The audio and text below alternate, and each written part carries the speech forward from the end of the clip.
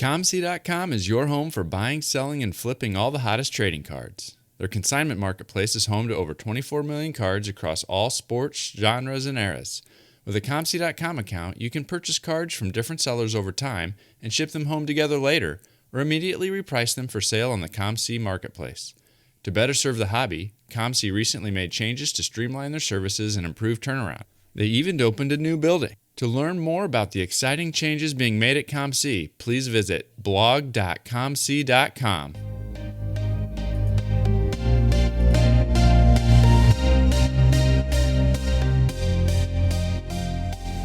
You're listening to the WaxPackHero Sports Card Minute, a podcast where we discuss both the hobby and business sides of collecting. I'm your host, Mike Summer, and I want to help you buy, sell, and trade your way into a collection you'll love.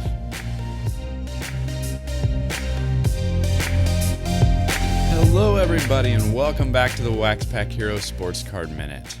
I'm going to start a couple-week series on local card shops, and we're going to be talking to a couple local card shops over the next couple weeks that have done business differently, and they're thinking about doing business in new ways to broaden their reach and broaden their impact in their communities. And so we're going to be bringing on some guests over the next 2 weeks to talk about how they're doing their LCS. Today's guest is Rex from the Sports Card Shop at MOCO. They're an LCS that's located in Michigan, and they just started up last fall, so we'll get to hear from somebody who's starting a brand new shop in a brand new market. But before we get to the conversation with Rex, I'm going to invite you to check out Underdog Collectibles at udogcollect.com. They're an online shop run by collectors for collectors, and they break new product every Tuesday, Thursday, and Sunday night. They break a variety of products from baseball, basketball, football, wrestling even gets in there from time to time.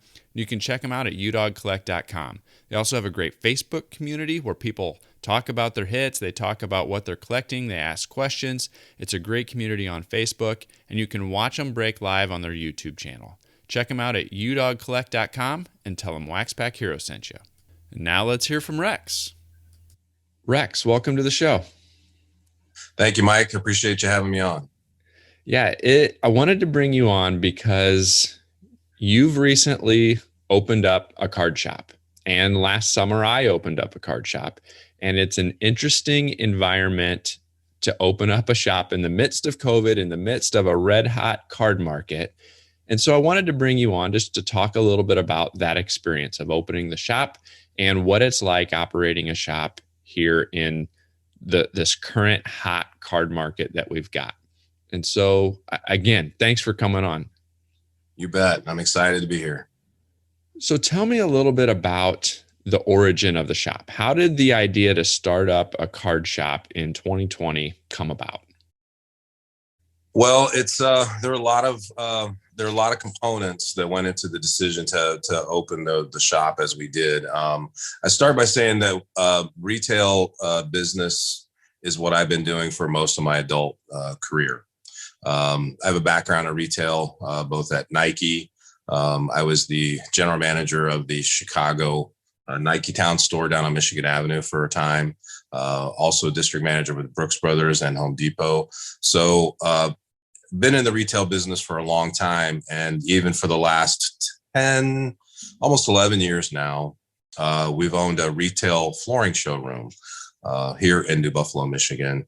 And we've had a card business, a card selling business, if you will, out of that space and on eBay for probably about 3 years, but it was not a full-fledged shop like we have now with a fully dedicated space. So my son really got heavily into collecting. My son Owen, who's also a co-owner of the shop, he's 11, and his brother Max, 13. They are co-owners of the shop, and when they started collecting cards heavily, I started taking them around to the shows, other shops, seeing what was going on. I really, got a feel for what was happening in the market. And we said, look, we really need to get serious about this. So that's when we started really selling cards in the old retail space, as well as on eBay. When the pandemic hit, our retail flooring showroom business was shut down here in Michigan for about 6 weeks, effectively, completely shut down. So we ramped up our eBay sales. We had a lot of time on our hands. We ramped up our eBay sales. We weren't able to do, any flooring business. So, we had time to do something else. So we really amped up that. And we started looking for a retail space in downtown New Buffalo to potentially open a card shop down the road. And then at a certain point, we started rethinking the current retail space that we had and talking about reconfiguring it. And we made the decision to do just that. We downsized the flooring showroom, remodeled that completely, and took about half the current space that we had and dedicated it to the card shop. So at what point did you actually open? So we opened in its existing form in October, and we recently expanded another 400 square feet just this past month. And how big is the community? I know some people, they try to say, can it survive in a small town? Does it have to be a medium-sized town, or what? How big is your community? It's a small community year round, but we are a resort town. So it's a little different than your typical small town. We are, for those who aren't familiar with the area, New Buffalo, Michigan is about an hour and a half out of Chicago, and we're located right on the shore of Lake Michigan. So it's a premier beach town, right across the border from Indiana. So it's literally the first stop in Michigan when you're coming from that direction. Very, very heavily trafficked during the season, of course, but not so much during the off season. There's only about 2,500 year-round residents in New Buffalo, but there are a lot of second homeowners. Now, from an operational perspective, you said that this was kind of an additional business that you guys run, in addition to your flooring business. Are you open full time? Do you have 7-day-a-week hours, or do you have kind of limited hours? How does that work? We started with limited hours for the first couple months, but as we saw the traffic and the demand growing, we had to move to 6 days a week and a full retail schedule. So we're open 10 to 5 Tuesday through Saturday and 12 to 5 on Sundays. Monday is the only day we're closed. Now, do you staff that yourselves, or do you have employees? Because that's another one of those components that new small shops will often ask about, or ask me about for my shop, is, do you pay employees? How do you do that? Do you have staff, or are you kind of self-staffing it at this point? Well, we're very fortunate because it is a family-run business, and we have enough family members to run it at the moment. So the flooring business, we have employees / subcontractors that basically run most of that. And I won't say that's on autopilot, but it is an established business, and it allows my wife Tina and I to focus on this particular business, along with Max and Owen, who again are really the impetus for the reason why we're here. It was their individual collecting and their interest in the hobby that brought us to this place. And they're very active. They work the stores after school, on the weekends, during holidays, whenever they're not actually engaged in playing sports. They're here quite a lot. So between the four of us right now, that is the staff. Now, the name of the shop is the Sports Card Shop at MOCO, correct? Yes. What was the origin of that name? I'm always curious about the names people choose for their websites, their blogs, their podcasts, and shops, right? So what was the origin of the name? So MOCO is the parent company LLC.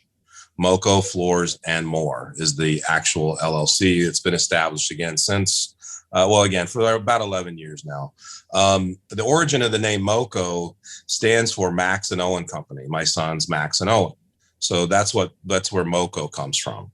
So when we opened the sports card shop, we are in the same center here as MOCO, and it is a division of the LLC. So Sports Card Shop at MOCO is the name.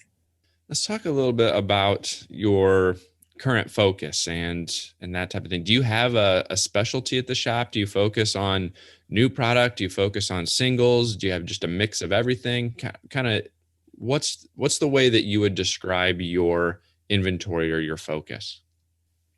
It's primarily sealed. I would rank it this way: sealed wax, graded cards, and singles. One, two, three. Now, on any given day, any one of those three categories could outpace the other. But as far as the depth of the inventory, that's kind of where it is. The the graded card inventory at the moment is a little light, only because it's been tough to get a lot of that stuff back from, as everybody knows, it's really difficult with the lead time. So the flow of graded card inventory is not what we would want it to be. We're hoping that at some point that will catch up from the different companies where we have graded card submissions out there. But it's more geared towards sealed wax and singles. Excuse me, at the moment. We probably have currently close to 500,000 singles raw. And that's the room where we just expanded. We put all those singles back there, the raw singles back there. And then the front area of the store is really more of the wax and the graded cards. Now, with sealed wax being one of the primary focuses, how do you go about acquiring that? Did you establish a relationship with the distributor? Yeah, we've had a relationship with one distributor for quite a while. That's one of the main ones. And then we have a second distributor who we opened an account with more recently. And then we also have a Panini direct account where we buy direct from Panini as well. How is that process in this midst of this era that we hear all about allocations? We hear about distributors not even wanting to listen to a brand new shop or take that on unless, you're doing hundreds and hundreds of thousands of dollars in business. How did you find that process of getting set up with a distributor or even that Panini direct account? Well, we had been working with the Panini direct account. We had we'll talk about that one first. The Panini direct account is a great relationship for us, and we're very fortunate to have it. It does not work like the third-party distribution system right now. So it's really two different types of distribution. When you're buying direct from Panini, I can't speak for Topps or Upper Deck because we don't buy direct from them, although we'd like to. The direct Panini relationship is a great one. We don't get allocated, tons because we are newer. There are definitely breakers and stores out there that get allocated much more, but we do get allocated a fair amount of product direct from Panini to put on the shelves, and we're very thankful for that.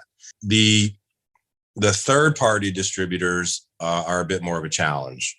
Again, the one that we've had for a while, we get some allocations from. It's not big, and we get cut pretty regularly, as most stores seem to be right now. It's difficult to count on any allocations from distributors. The second account that we opened recently is not really giving allocations to newer accounts, but they do allow you to buy what they call in stock. So they'll have in stock and or restock you can buy from them. But it's not a true wholesale price, as you probably know. Sure. Yeah, that makes sense. I know that can be one of the bigger challenges.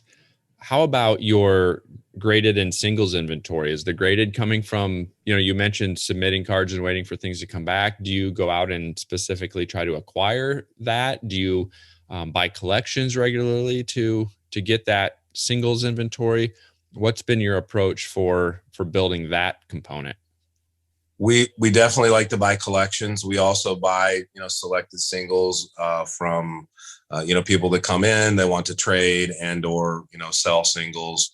And then we also will buy from shows occasionally. We'll show up at a show here or there, and if it's if there are singles that we think we can sell, we'll definitely buy there, and we'll sell them raw, but we'll also review them for grading for submissions. We don't buy a lot of graded cards, as they are. We really look more to, as you said, buy into a collection and sort through those cards on which are candidates for grading, submit them, and then sell the rest of them raw. One of the things that I think is kind of important, and I'm interested to know if you see this also. We really underestimated this component of having a full-fledged shop, in that we find that now collections come to us as opposed to us seeking them out. That was one of the real benefits of going full force with this and opening the shop as we did. We get a lot more opportunities to buy cards than we ever did before. Yeah, I think that is one of those unsung benefits that many people don't think about when you have a physical presence. Is people can find you, people can bring stuff in, and you get a lot more opportunity to pick up some of those collections. So I would agree that that is a great benefit. Yep. You also mentioned that you sell online, and that's one of the challenges that I often hear about is, do you actually get enough foot traffic to support a store? And I typically will tell people, is like, well, the physical store and the part-time hours that I run, that's only one component of my overall card business. I sell a lot online as well. And I was curious about your breakdown, or roughly how much business do you do on eBay that you referenced versus the physical shop? Is that a big component of what you do, or a fairly small component? Well, that's been an interesting transition, Mike, because as I said, we were primarily selling on eBay and through some Facebook groups for when we first started. We had a small section of the store that was dedicated to cards, but not, anything like it is. What we found as the physical presence of the store grew and the foot traffic increased, we see the profitability of selling in store and our ability to sell in store as much better for us than selling online because of the fees and the shipping and so forth. So we've done both for the past, since October, since we really opened. But as it stands right now, we have nothing listed on eBay or any other third party, primarily because we sell so much here in the store. So we don't sell wax on the sites anyway. So that's a big part of what we do.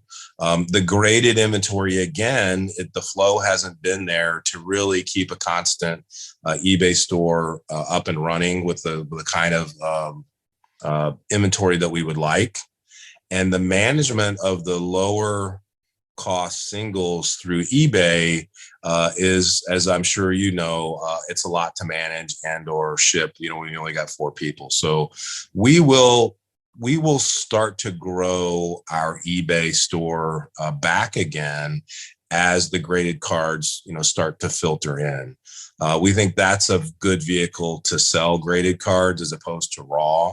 One of the issues we had with eBay with raw cards was we found we were spending a lot of time answering questions back and forth, sending pictures, doing research for customers for cards that were $10 or less. So it became a time commitment issue where, we would post a card, and I think a lot of people were looking to grade the cards and they wanted pictures, close-up pictures of every corner, zooming in on the surface, et cetera, et cetera. And there's a lot of back and forth. And it became really just a time suck, if you will, versus what we do in the store. I mean, somebody can come into the store, pick up a card.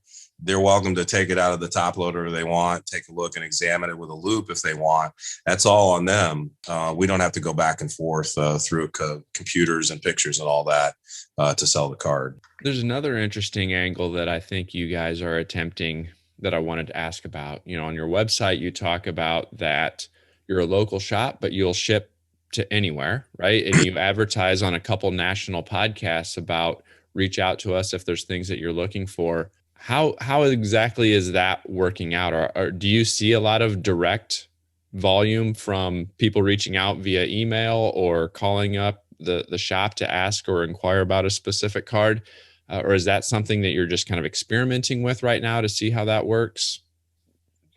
The short answer is yes, it works very well. So I'm glad you mentioned that, because that's one of the other areas that has allowed us to move away from eBay. So we have a website that's really pretty much under construction. It's not where we want it to be yet. So it's really more informational than anything else. But as you mentioned, we do advertise on the podcast. We're pretty active on Twitter, Instagram, and Facebook. So our mail order business, our direct mail order business, has grown exponentially since we opened the shop versus the third-party platforms of eBay and Facebook sales. So I would have to take a close look at the numbers, but just off the top of my head, I would say that our direct mail order sales are probably twice what we used to do versus eBay and Facebook. Yeah, that's good to know. You know, a lot of people default and think that going with eBay, ComC, Sport Lots, you know, are really the only ways to get your inventory out online, but they don't necessarily recognize that there are other direct avenues, whether it's Twitter, Facebook, or just people reaching out, you know? And so I think that's an interesting and insightful approach that you're taking that a lot of people don't necessarily think about. Yeah, I mean, I certainly understand the eBay and ComC, some of the other platforms out there. We've only really been on eBay as far as third-party platforms go, so I can't speak to the benefits of the others. I'm sure they all have their pluses and minuses, but selling direct clearly makes a lot of sense for us from a profitability standpoint. No fees. The shipping is going to be there no matter what. So it doesn't really matter if we're shipping it direct, or through eBay, you're going to pay the shipping fees either way. The other thing that we like about the eliminating the third parties as much as possible is the potential of, getting scammed, if you will. I don't know if that's really the right word. I know that's a common term that's being thrown out there, but we've had people attempt to say through eBay before that they didn't receive, or that they received a box of cards, for example, and it was already opened. And, we obviously would not do that. I mean, we're not going to risk our reputation for, one box of Topps baseball cards. We're not going to send it. I mean, that's kind of silly, but we had to fight it, but it takes time to fight that. We eventually won it. But those types of things happen on the third party platforms. And I'm not going to say that you could never risk a chargeback if somebody paid with a credit card if you're selling direct, but I think the risk of that type of thing is drastically reduced when you sell direct. Now, you mentioned that your sons were into collecting, and that's kind of what helped ramp up your interest in opening up the shop and their engagement with that. Did you collect a lot historically? As a kid, I did. I was a collector of several different things as a kid, but not really much as an adult. As a very young a kid, my brother and I, back in the late 60s, early 70s, collected baseball cards and Hot Wheels. So my father was in the Air Force, and when he would come home from leave, he would always bring us baseball cards on Hot Wheels. So we had those collections, but what happened to those baseball cards? I have no idea. It's that story of, we lost interest, we grew up from them, whatever. They got tossed, given away, sold at a garage sale. Who really knows what happened to those cards? But those would have been, something from the 68 to 72-ish era. All those cards, shoeboxes full of them, literally. After baseball cards and Hot Wheels, as a kind of a preteen, I guess, I was into beer cans. A friend of mine and I had a beer can collection that was quite substantial. So we did that for a few years, and then we got away from that as well when we got into other things as we got a little older. But it was my son Owen that really brought me back into collecting cards. It was his interest in it. We're a sports-oriented family. My sons play a lot of sports. I coach both youth leagues. I also assistant coach high school football here in New Buffalo. So we're very sports oriented. We're sports fans, and this was a natural extension of what we live every day. One of the other challenges that I hear people talk about, especially when they kind of start up a shop, is you get to see so many cool cards come in the door through these collections that they sometimes have a struggle with keeping some of these cards for their own collection versus selling them. And that can sometimes create an issue of generating profits and revenue because you're wanting to keep and hang on to all these cool cards that come in. Has that been a challenge at all for the kids? Oh, for the kids, for sure. And for me to a degree. I mean, I like the vintage stuff a lot. And certain players, they're really the collectors right now. I mean, I have a very small collection of cards that I keep, but I try not to get attached to them. You know, it's a little bit different for them too. And it's not even just the cards themselves. It's the wax, because they like opening boxes too. But they you know, when we get boxes in, they're excited to rip a pack or something like that. I mean, that's all obviously part of the fun. So we have to temper that, and we've gotten to a point now where we understand that we have to look at it a little bit differently. So for those out there that are, you know, collectors that are, you know, looking at opening a store, I would agree with you that is something, a bridge that they're going to have to cross. At some point, you'll have to start looking at it differently if you want to turn merchandise, because you really you can't hold on to it. You've got to price it, and you've got to sell it when you have the opportunity to do so. Well, it seems that you've kind of demonstrated that it is possible to start up a brick and mortar store, that there is room in the market to open up a shop and succeed. What is something that you would give as a piece of advice for somebody that's considering opening their own shop? Well, here's the thing that I would say first and foremost, Mike. I don't know if you could take this as advice or not, but we would not have done what we did in October had we not already had a lease on the current retail space. I think that's the first and foremost consideration for anybody who's looking at opening a space. Now, location is key, obviously, but you really have to understand the cost structure of owning or leasing a building, to open a retail establishment. It's not as simple as, just throwing up a sign and saying, "Hey, we're open for business." As I said, I have a retail background, so we were very comfortable. My wife does too. My wife's been in retail for a number of years. She has a retail background as well. She has another gig as well that she works in addition to the shop. So we're always kind of working. But I would caution people to make sure that they really understand what they're getting into, whether they're going to buy a building or lease space to open a shop. That's the critical component. The second one is, as you mentioned already, I'm not sure you can buy your way into allocations at this point. I'm not an expert, obviously, but I don't know how much money. I mean, unless you had celebrity status, I'm still not sure you could buy your way into. When I see and I hear and I talk to some of the other people in the community who've been major buyers for a number of years from Tops, from other distributors, and I see their allocations being cut, and I hear their allocations being cut to what they are, it makes me really question how anybody could, at this point in time, get any reasonable sort of allocations from a distributor. I think those are great points. For me and the way that my shop is run, that physical presence or the arrangement is one of the key things that allows me to keep it as a part-time structure. I've got a dedicated space within another shop based on their facility. There's kind of an offset area, kind of isolated area, similar to maybe what you described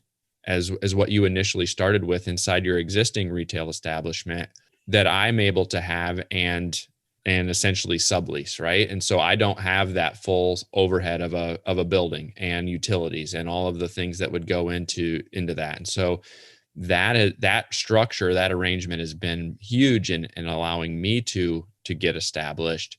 And then the nature of that shop within a shop setup is, part of my agreement is that I don't sell brand new wax. And so I don't have to worry about those allocation issues. The wax that I'm selling is all 5 years or older. And so I'm able to acquire that through other third parties, through direct conversations with other people. And so that challenge of getting new wax to have people come in the door to get, that's not part of what I'm dealing with either, which is somewhat of a unique situation. And so I think the thing I like about that the most is that you're showing one example of how it can be done. I'm showing a different example of how it can be done. And I'm sure there are several other shops out there that have slightly different models that work. But the key is find something that can work in your current environment. Would you agree with that? At 100%, Mike.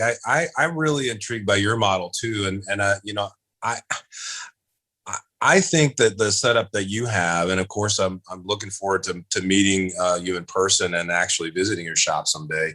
We're not really that far apart geographically. Yep. So I really like your setup and the way you described it to me. I think at one point it sort of sounded like to me like you were having your own little card show, every weekend or whenever you were there. And I think that's a great model, especially, if you're just starting out. And if you're looking to do this something other than full time. So I think you've hit on something really unique and quite wonderful there. I think that's a fantastic. And focusing on, the singles and the older wax, again, that's a niche that that is probably underestimated by a lot of people.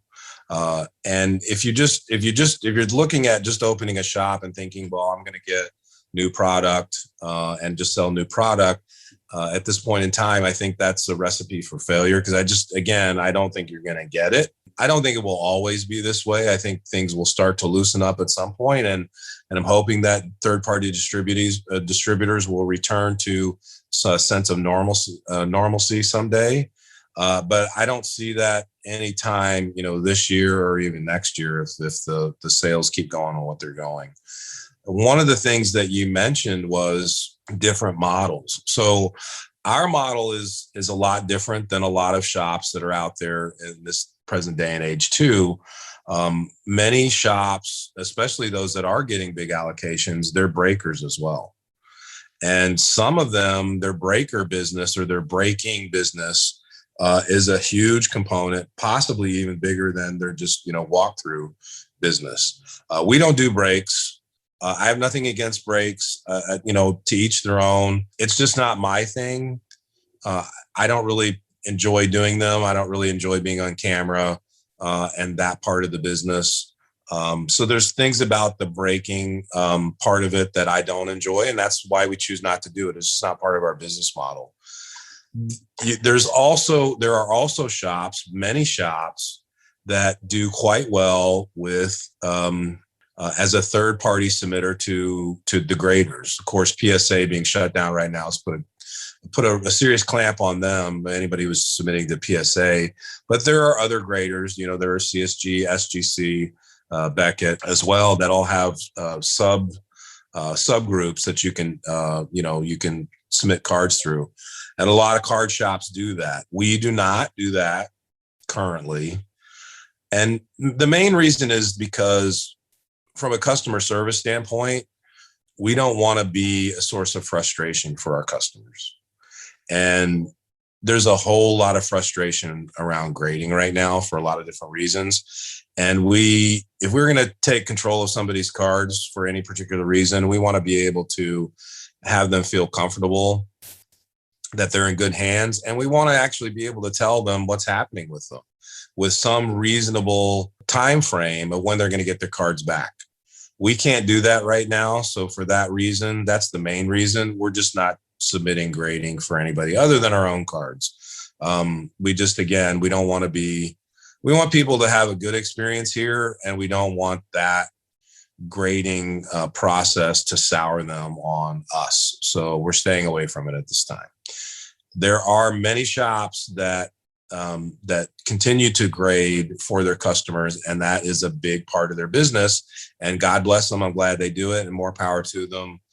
To each their own, and every other cliche you can think of to throw at that. So you mentioned, you started things up, you expanded the square footage that you were allocating to the shop.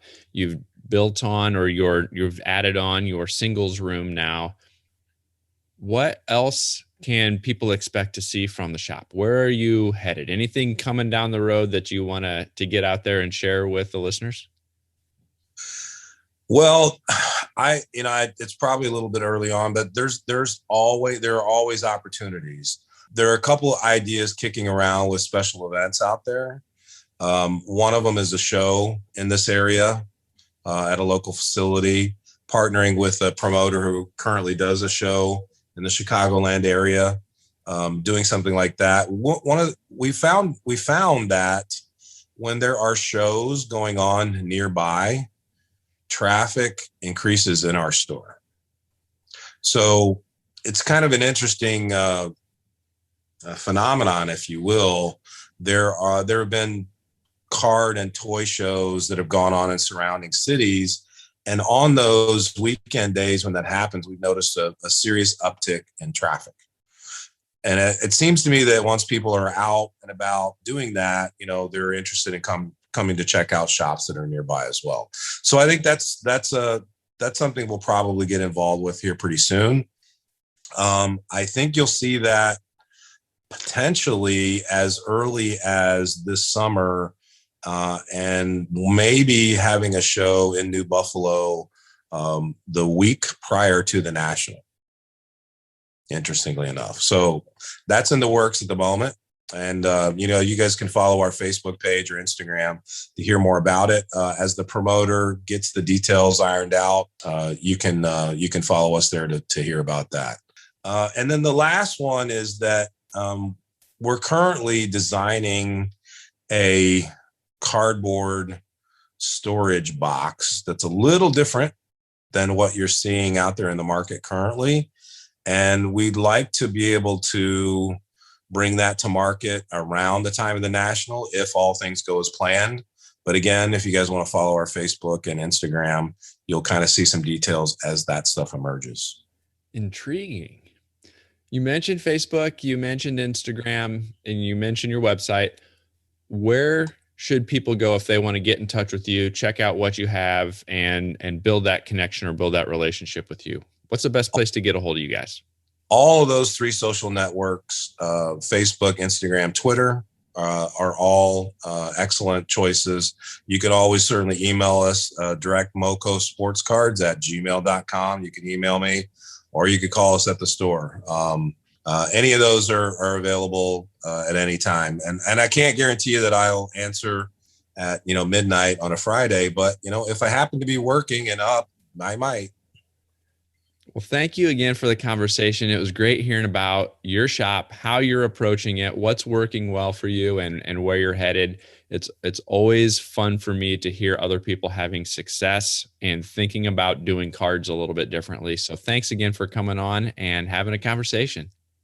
You're very welcome, Mike. And again, thank you for having us. As I mentioned a couple of months ago, you're one of the podcasters we really enjoy listening to. Your cadence and your delivery are a lot different than others, and we really we enjoy listening to it in the truck as we're riding around. It's very informative. So thank you for what you're doing for the hobby. We appreciate it. You're welcome. Thank you for those comments. I think it's a pretty cool setup that they've got there at the sports card shop at MOCO. Expanding from being a flooring store or a flooring provider to now a flooring and sports card provider as a subsidiary of their LLC is a pretty cool way to pivot and capitalize on this hobby and capitalize on the business side of this hobby. So I hope you enjoyed hearing about MOCO and what they're doing up there as a different perspective of what it's like to start an LCS here in this current market. Let me know what you think. Reach out at WaxPackHero@gmail.com. Follow me on Twitter at TheMikeSummer, and leave a rating and review on your podcast app of choice. I'd love to hear what you think about this, and if you've got any thoughts about what it's like. Join me next week where I'll be bringing on another guest, the Underdog Collectibles team, to talk about their new venture of starting a local hobby shop in addition to their online breaking. Come back next week for that conversation, and we'll expand on this series of being an LCS here in 2021. That's all I've got for you today, so I'll catch you next time.